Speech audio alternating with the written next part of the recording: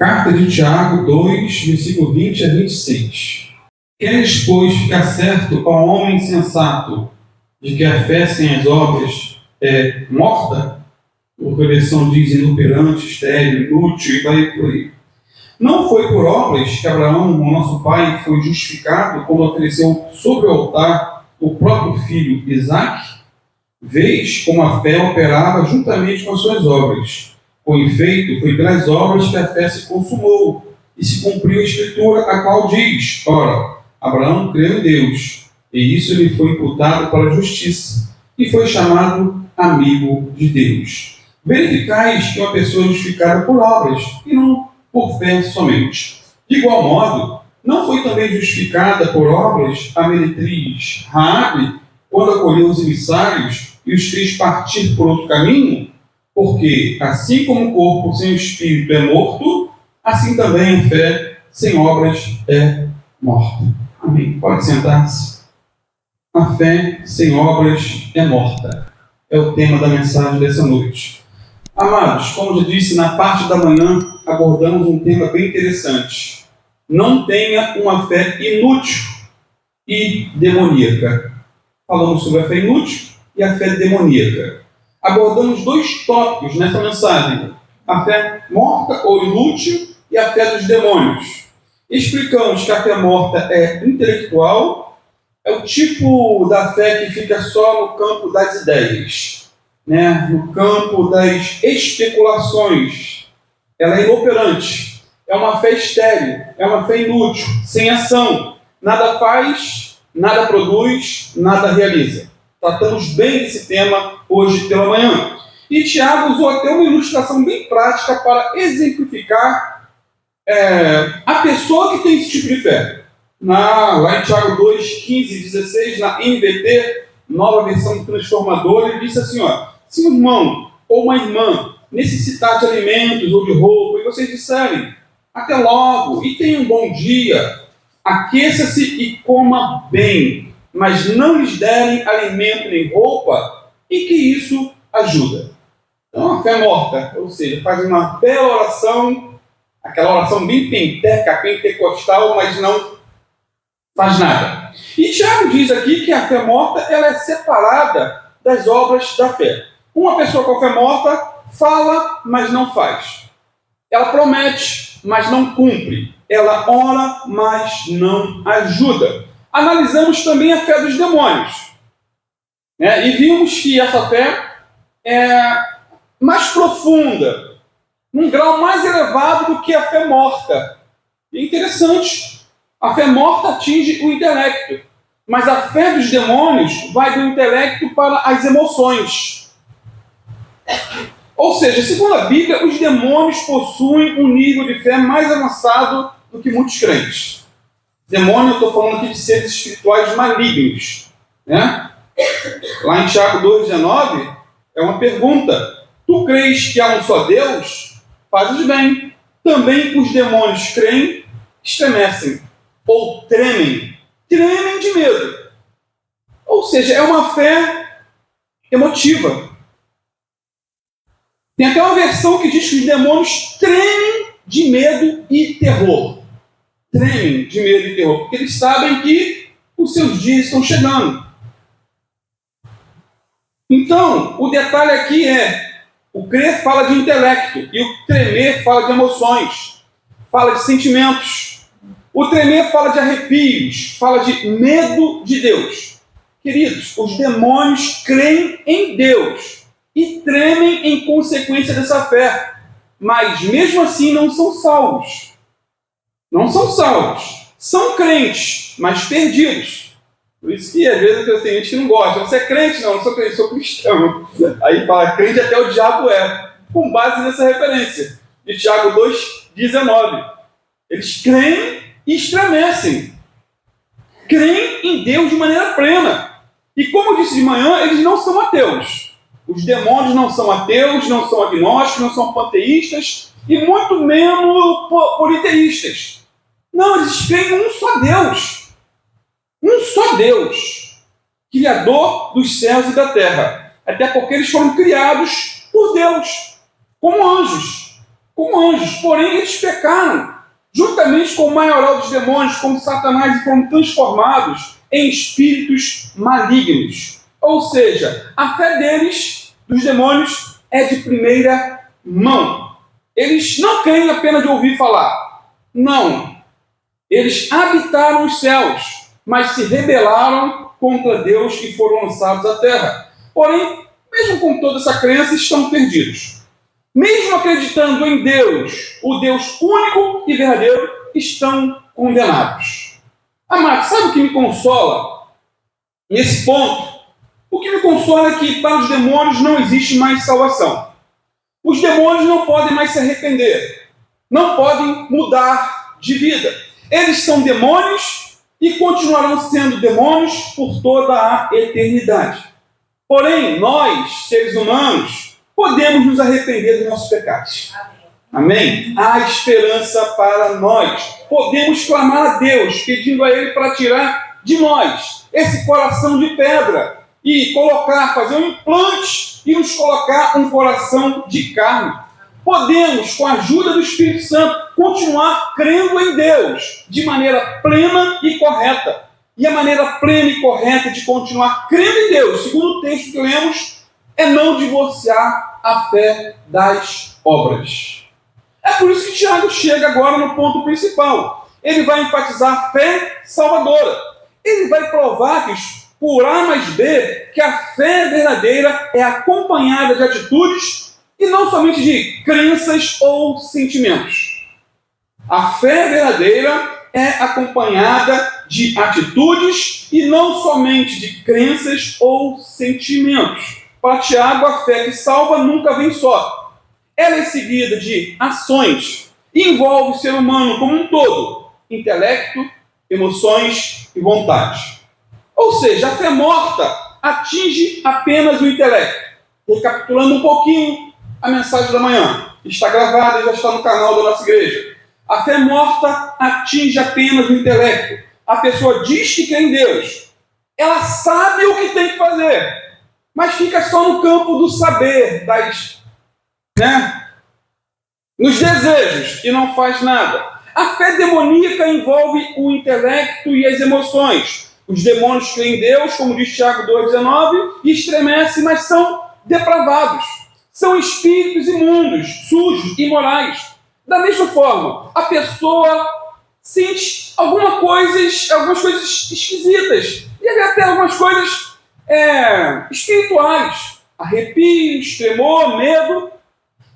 Mas a pessoa que tem a fé demoníaca, por mais que tenha sentimentos, ela é suja e podre. Vive uma vida imoral, assim como os demônios. Apesar de ter sentimento, crê em Deus, apesar de estremecer, todas as pessoas da Bíblia que tiveram experiência com demônios eram pessoas imorais. Atualmente a mesma coisa acontece. A mesmíssima coisa. Mas a fé salvadora toca à vontade. Em outras palavras, na fé salvadora, a mente compreende a verdade, o coração deseja a verdade e a vontade age de acordo com a verdade. Essa é a fé salvadora. Então, amados, é sobre a fé que salva que estarei pregando nessa noite. É só uma introdução. Isso porque para Tiago, assim como para nós, a fé que salva, ela é evidenciada pelas obras, apesar de não sermos salvos pelas obras. Vou repetir. A fé salvadora é evidenciada pelas obras, apesar de não sermos salvos pelas obras. Veja comigo mais uma vez aí o capítulo 2 de Tiago, com a Bíblia aberta, conferindo. Não seja filhote de passarinho com a boca aberta, engolindo tudo, sem buscar na Bíblia. Versículo 20, 2:20, diz que a fé sem obras é morta. Versículo 21 diz que Abraão foi justificado pelas obras. Verso 22 diz que a fé de Abraão operava juntamente com as suas obras. Com efeito, foi pelas obras que a fé dele se consumou, ou seja, foi aperfeiçoada, se tornou perfeita. Verso 24 diz que uma pessoa é justificada por obras e não somente por fé. E o verso 25 diz que Raabe também foi justificada pelas obras E o verso 26 diz que assim como o corpo sem o espírito está morto, assim também a fé sem obras é morta. É um cadáver. Numa leitura superficial, assim, por cima, podemos até deduzir ou chegar a uma conclusão equivocada de que Tiago aqui estava contradizendo Paulo no que ele escreveu aos Romanos. Já vou explicar. Podemos deduzir que eles falavam uma linguagem diferente. Podemos interpretar que um pregava a salvação pela fé e o outro pregava a salvação pelas obras.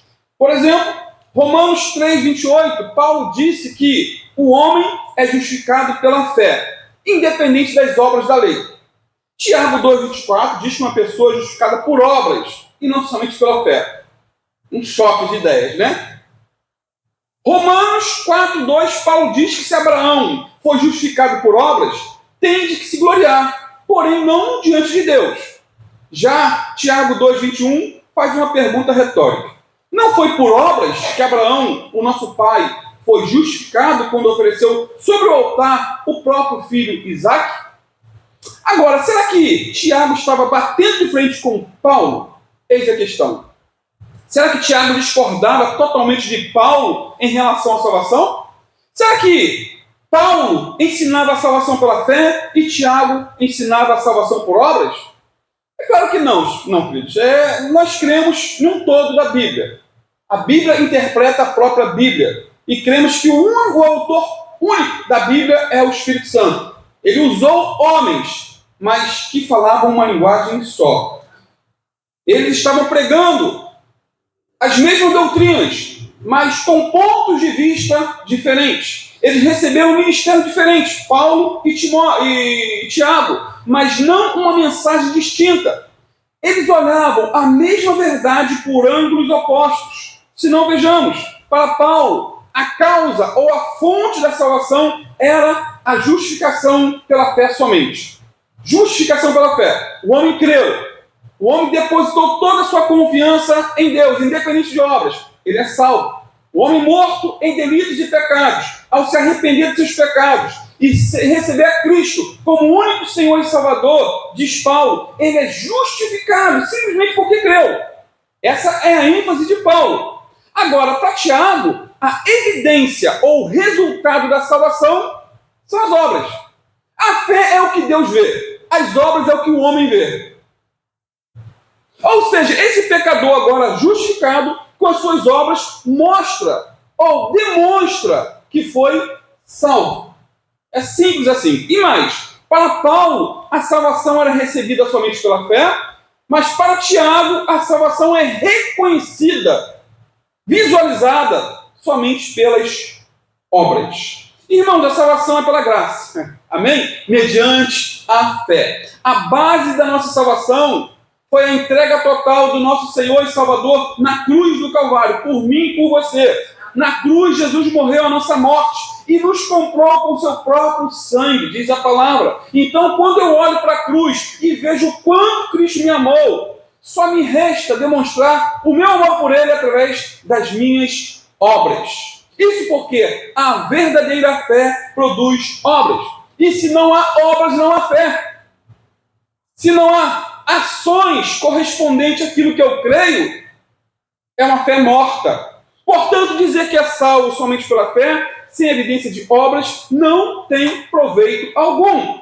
Então, amados, fé e obras são os dois lados da mesma moeda. E como eu disse de manhã, são como dois pés que têm que estar bem alinhados, senão vai manquejar e vai cair. Quando analisamos o contexto em que as cartas de Romanos e Tiago foram escritas, podemos melhor entender esse assunto, dessa aparente contradição, que não há contradição.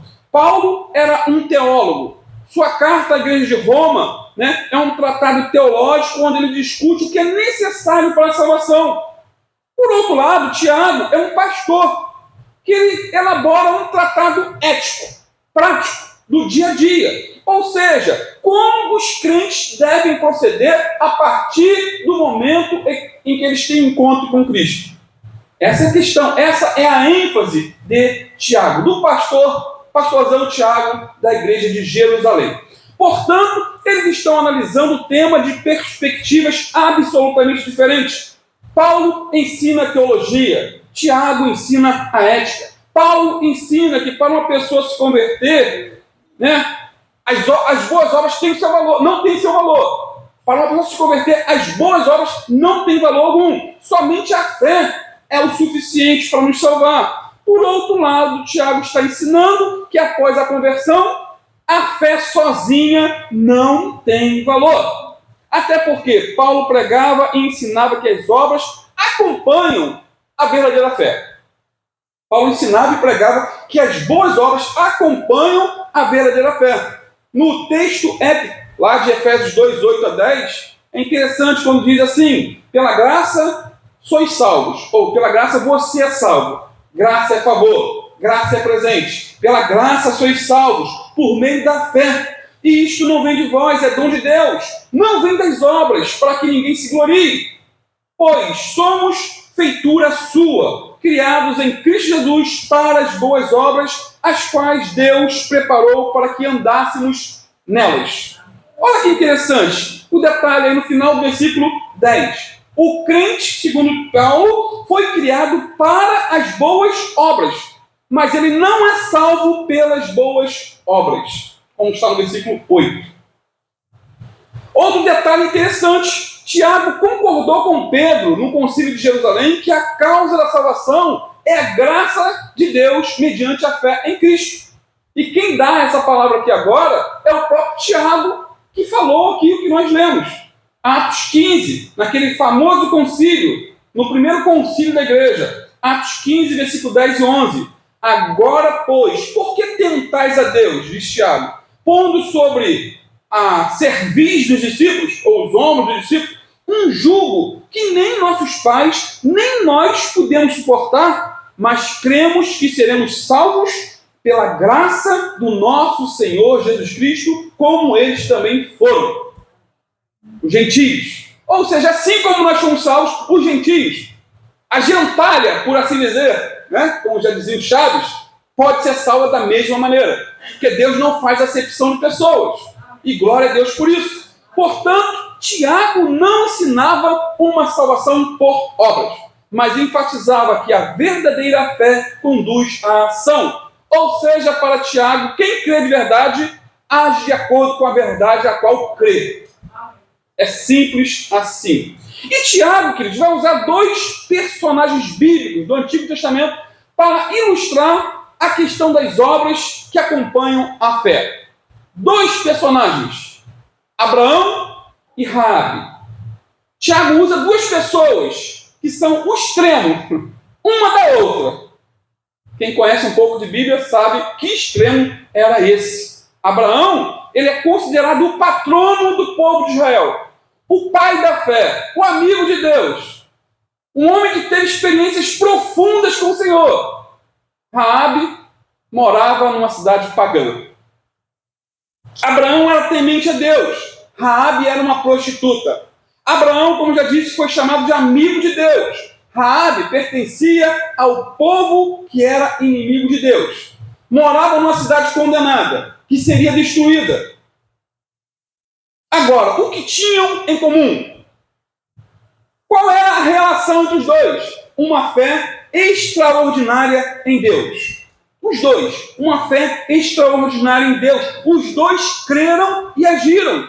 Ambos confiaram na palavra de Deus. Ambos depositaram a fé na pessoa certa, no Deus de Israel, o Pai de nosso Senhor e Salvador Jesus Cristo. Tiago, então, cita esses dois exemplos para defender a sua tese de que a fé sem obras não salva. Essa é a tese de Tiago. Fé sem almas não leva ninguém para... Fé sem obras... Sem almas. Sem obras não leva ninguém para o céu. Tiago 2, 21 a 24. Olha o que ele diz. O primeiro exemplo foi de Abraão. Não foi por obras que Abraão, nosso pai, foi justificado quando ofereceu sobre o altar o próprio filho Isaque? Vês como a fé operava juntamente com as suas obras. Com efeito, foi pelas obras que a fé se consumou e se cumpriu a escritura, a qual diz: ora, Abraão creu em Deus e isso lhe foi imputado para a justiça e foi chamado amigo de Deus. É interessante que Tiago interliga duas passagens do livro de Gênesis, aqui nessa referência do capítulo 2, verso de número 21 a 24. Ele usa duas passagens. E a primeira passagem é de Gênesis 15, versículo 6, quando diz que Abraão creu e isso lhe foi imputado para a justiça. Abraão creu. O ato de crer foi imputado como justiça. E o verbo imputar é interessante, é um termo legal ou financeiro e significa depositar na conta de alguém. Ou seja, Deus depositou na conta de Abraão. Uma vez que Abraão era um pecador, a sua conta corrente estava zerada. Abraão estava falido moralmente, como nós, se não for a graça de Deus. Ele estava em frangalhos, não tinha mérito algum, mas creu em Deus. E Deus colocou a justiça dele na conta de Abraão. E Abraão não trabalhou por essa justiça, ele a recebeu como dádiva de Deus, como presente, graça, favor imerecido. E Abraão foi declarado justo pela fé e foi justificado pela fé somente, sem nenhuma obra, sem nada, sem mérito. Ele não podia bater no peito e falar, foi o que eu fiz. Não, ele creu. O fato de crer foi imputado para ele como justiça. A segunda passagem, em relação a Abraão, é a de Gênesis 22, versículo 1 a 19, quando mostra a obediência de Abraão a oferecer o seu filho para Deus, crendo que Deus poderia até ressuscitá-lo dos mortos, como enfatizado lá em Hebreus 11, 19. Portanto, Abraão não foi salvo por obedecer a esse difícil mandamento de sacrificar o filho. Deus não tem prazer em sacrifícios de seres humanos. Deus estava provando Abraão. Até porque, no final das contas, Deus não permitiu que ele sacrificasse a Isaac. Mas a obediência de Abraão apenas provou que ele já era um salvo. Que ele já era um salvo. Abraão não foi salvo pela fé, mas as obras. Mas pela fé que produz obras. É bem diferente. Ou seja, pela fé, Abraão foi justificado diante de Deus e a sua justiça foi declarada lá em Gênesis 15, 6. E pelas obras, ele foi justificado diante dos homens e a sua justiça foi demonstrada, como está enfatizado em Gênesis capítulo 22, versículo 1 em diante. Desenhando, nesse termo eu gosto, desenhando, a fé do patriarca Abraão foi demonstrada por suas obras. Portanto, ele não foi salvo por obras, mas provou sua fé pelas obras. O mesmo acontece hoje, queridos. É a mesmíssima coisa. Só que a comparação hoje é difícil de ser aplicada, investigada, porque tem assuntos que só Deus sabe, só Deus conhece. Eu não posso afirmar, por exemplo, que o que alguém faz de bom, uma boa obra, é a evidência de que ela seja salva. Isso porque só a pessoa e Deus sabem qual a motivação pela qual fazem ou deixam de fazer. Nem toda ação é consequência de uma transformação operada pelo Espírito Santo. Nesses dias, que temos vivido atualmente, temos observado muitas pessoas se mobilizando em ajudar os nossos irmãos lá do Rio Grande do Sul. Muitos fazem o que fazem por amor a Deus, por serem transformados pelo Espírito Santo de Deus, por amor ao próximo. Amém, glória a Deus por isso. Outros, no entanto, fazem para aparecer, fazem para se enriquecer. Infelizmente, acabam usufruindo do dinheiro dos outros no momento de calamidade. Isso é o que mais vemos. Essa é a realidade. Só Deus sabe quem é quem nessa história toda. Só Deus sabe. Então não podemos julgar, mas aonde tem ser humano, infelizmente tem trambique, tem mutreta, infelizmente. Detalhe, voltando aqui ao assunto, não ensinamos que obras mais fé é igual à salvação. A Igreja Católica ensina isso. Fé mais obra é igual à salvação. Você é salvo pelo que você faz. A Bíblia não ensina isso. Não é uma questão de falar mal da religião dos outros, a questão é defender o que a Bíblia ensina. Não é fé mais obra igual à salvação.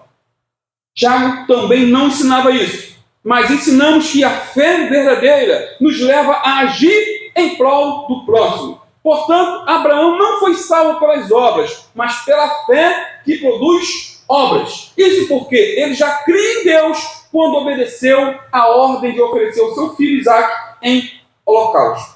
Essa foi a obra da fé. Sendo assim, fé é confiar a ponto de obedecer. Dá para repetir? Fé é confiar a ponto de obedecer. E Abraão obedeceu até o fim. O segundo exemplo citado por Tiago foi o de Raabe. Veja comigo o versículo 25 do capítulo 2. De igual modo, não foi também justificada por obras a meretriz ou prostituta Raabe, quando acolheu os emissários e os fez partir por outro caminho? Já vimos anteriormente que Raabe era uma prostituta pagã, uma mulher da vida, como se costuma dizer. Ela morava em Jericó, uma cidade que estava para ser destruída por Deus, por causa dos seus pecados. 2 homens de Israel foram a essa cidade para espionar. Qual seria, a melhor maneira, estratégia de invadi-la? Porque Deus já tinha dado para a cidade para eles. O rei de Jericó descobriu que eles haviam se escondido na casa de Raabe. E foi nesse contexto que Raabe esconde os espias e depois os ajuda a fugir. Nesse contexto. E Tiago vai dizer que foi essa atitude que a salvou da morte. Não somente ela, mas todos os seus familiares foram salvos por essa atitude de Raabe. E quando estavam para invadir Jericó, Josué declarou o seguinte, lá em Josué 6,17. A cidade seria condenada, ela e tudo quanto nela houver. Somente viverá Raabe, a prostituta, e todos que estiverem com ela em casa, porquanto escondeu os mensageiros que enviamos. A Josué está ali ratificando a promessa. E depois que as muralhas de Jericó vieram abaixo pelo poder de Deus, lá em Josué 6, 22 a 23, diz assim: Josué, porém, disse aos 2 homens que tinham espiado a terra: entrai na casa da mulher prostituta e tirai de lá a mulher com tudo quanto estiver, como lhes tendes jurado. Então entraram os jovens espias e tiraram a Raabe e a seu pai, e a sua mãe, e a seus irmãos, e a tudo quanto tinha. Tiraram também a toda a sua parentela e os puseram fora do arraial de Israel. E quando vamos para Josué 6,25, diz assim também: assim deu Josué vida à prostituta Raabe e à família de seu pai, e a tudo quanto tinha, e habitou no meio de Israel até os dias de hoje, porquanto escondera os mensageiros que Josué tinha enviado a espiar a Jericó. Aí surge uma pergunta, estamos no texto, estamos falando de uma mulher. Surge uma pergunta: será que Raabe foi salva pelo que fez? Ou sua obra foi consequência da sua fé? Eis a questão. Será que ela foi salva por aquilo que ela fez? Ou a sua obra foi consequência da sua fé? Amados, a obra de Raabe em esconder os espias de Israel foi consequência da fé que tinha em Deus. E o texto mostra isso, eu vou te mostrar. Mesmo sendo uma prostituta que morava numa cidade condenada, ela ouviu falar de Deus, do Deus de Israel, ela creu e temeu. E ela deu testemunho diante dos espias, falando da sua crença em Deus. É possível, uma conjectura minha, que nesse contexto aqui dos espias, ela nem fosse mais prostituta. Deus já tinha mudado a vida dela, mas o estigma ficou, O estigma, tanto Josué como os demais vão chamá-la de prostituta. Mas eu creio que já havia mudança de vida nela. Lá em Josué 2, versículo 9 a 21, mostra o diálogo que Raabe teve com os 2 espias de Israel. Eu vou ler na Bíblia, na linguagem popular, e é interessante. É um texto longo, como vocês estão sentados, o horário está tranquilo, então ouçam. Ela disse assim: sei muito bem, já estava em casa, ela com os 2 espias, ela disse: sei muito bem que o Senhor Deus, que vocês adoram, vai entregar o meu país a Israel. Qual país dela? Jericó. Nós todos estamos morrendo de medo aqui. Todos os habitantes de Jericó estão apavorados. Isso porque já chegou aqui a notícia de como o Senhor abriu o caminho através do Mar Vermelho, quando vocês saíram do Egito. Então ela tinha informações sobre Deus. Olha, já chegou aqui em Jericó que o Deus de vocês abriu o Mar Vermelho. Tem pastores que não creem nisso. E ela aqui está dando uma declaração de fé. Sabemos também o que vocês fizeram a Seom e a Og, reis dos amorreus, do outro lado do Jordão. Como devastaram as terras e destruíram aqueles povos.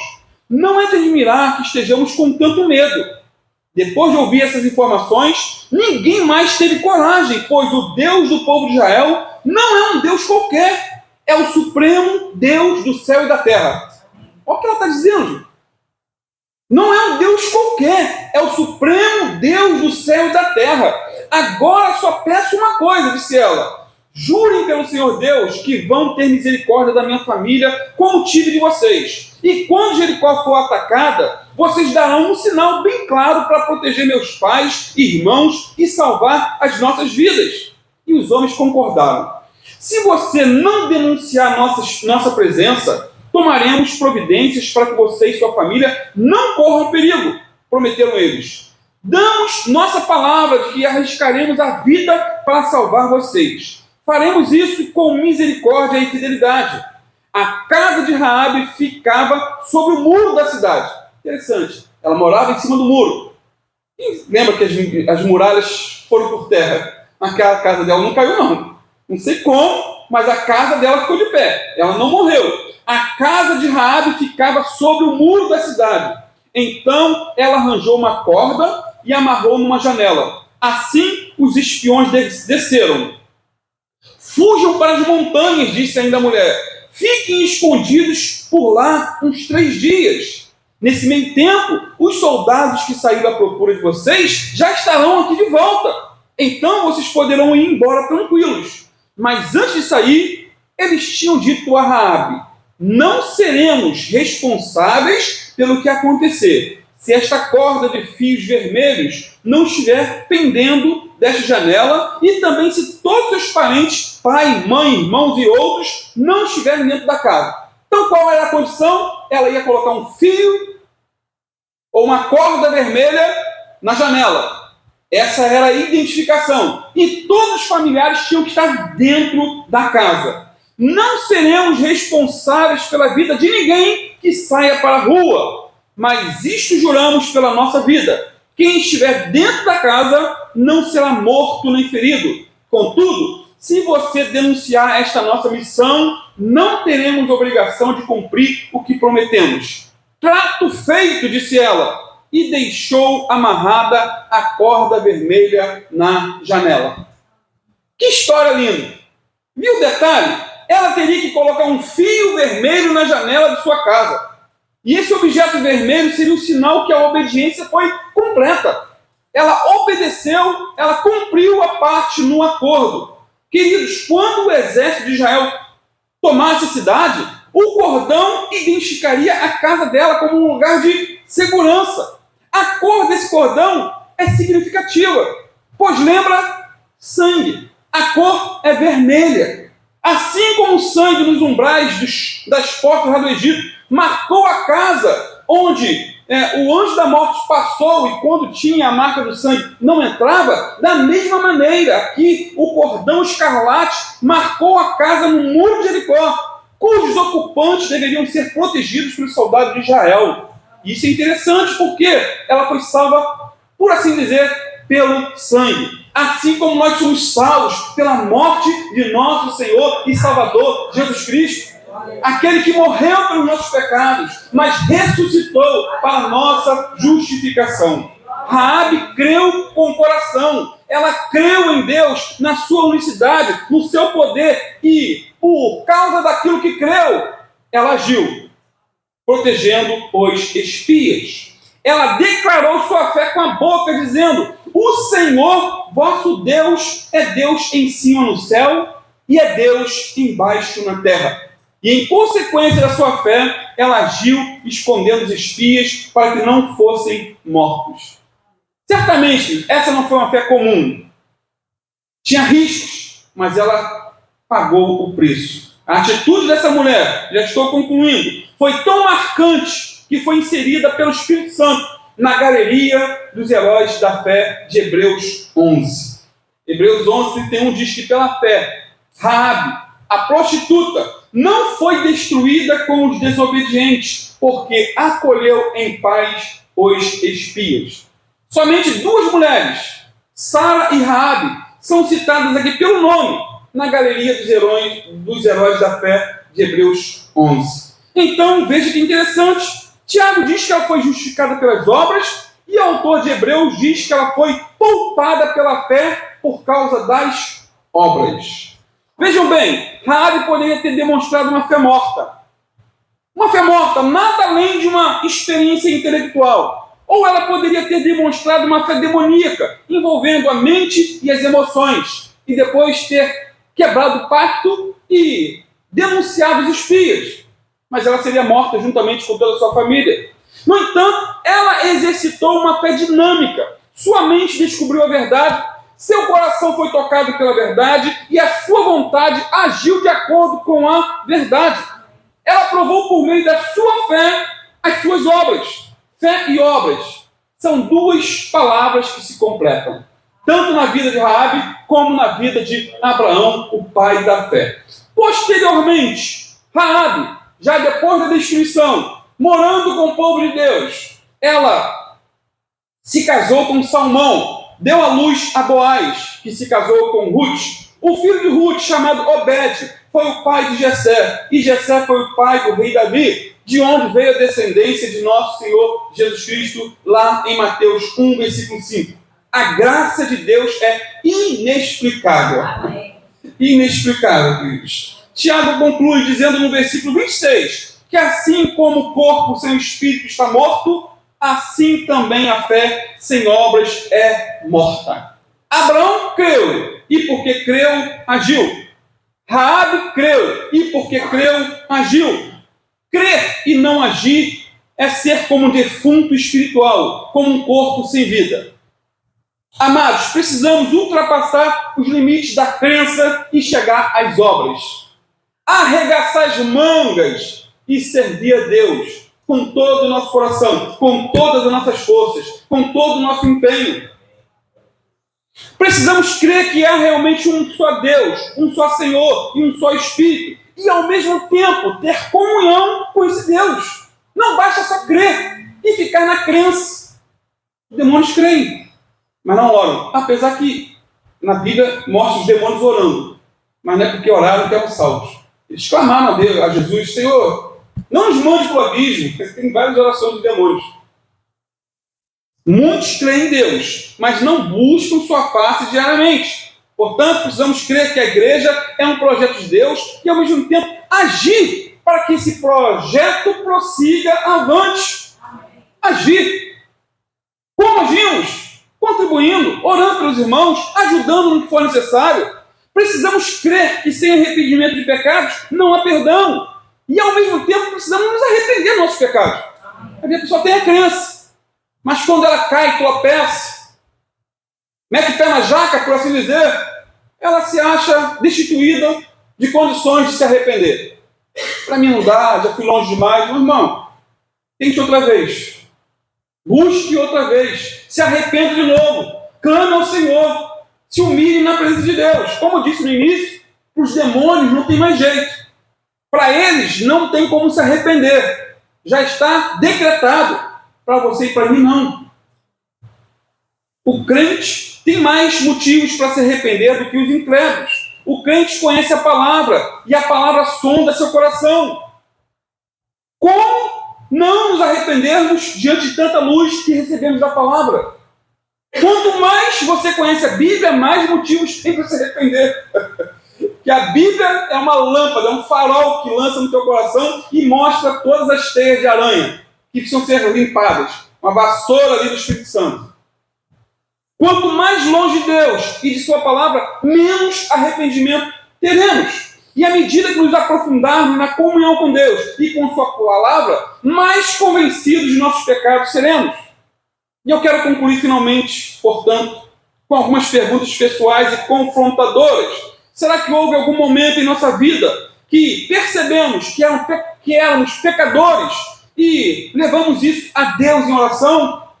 Será que houve algum momento de tristeza, de pesar, de arrependimento? Será que em algum momento da vida o nosso coração nos levou a fugir da ira vindoura?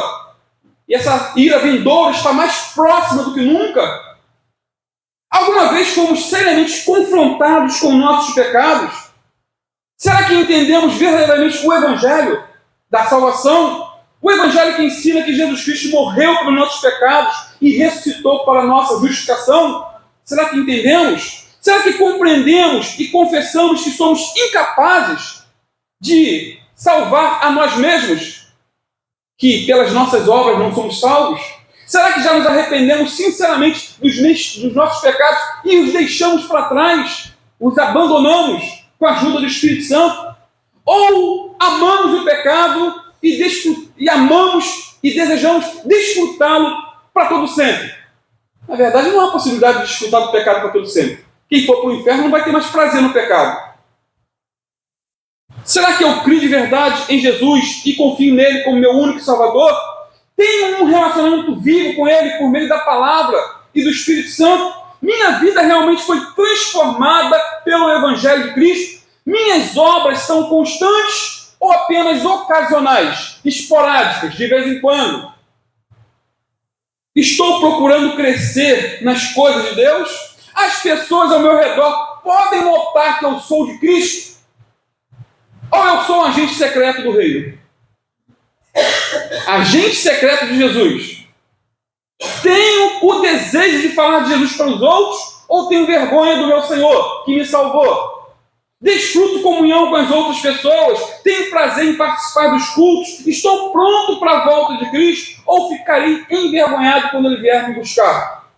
Essas são perguntas que só eu e você podemos responder diante de Deus. Pense nisso e vamos orar. Ó Deus, em nome do Teu Filho Jesus, te adoramos, Senhor, na beleza da Tua santidade. Não queremos, Senhor, ter uma fé morta, como foi bem enfatizado de manhã e agora à noite. Nem uma fé demoníaca, Senhor, daquela que tem conhecimento, sentimentos, mas não tem mudança.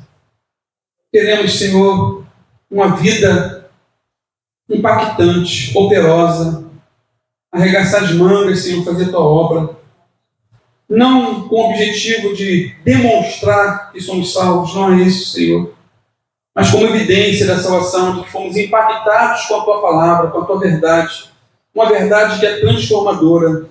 Muda a nossa vida, Senhor, perdoa nossos pecados, perdoa, Senhor, a nossa inércia, perdoa, Pai, perdoa toda falta de operosidade, perdoa, Senhor, perdoa todo pecado, Senhor, de omissão, talvez sejam os maiores do que de comissão. Tem misericórdia de nós, Senhor, nessa noite. Lava nosso coração com o sangue do Cordeiro.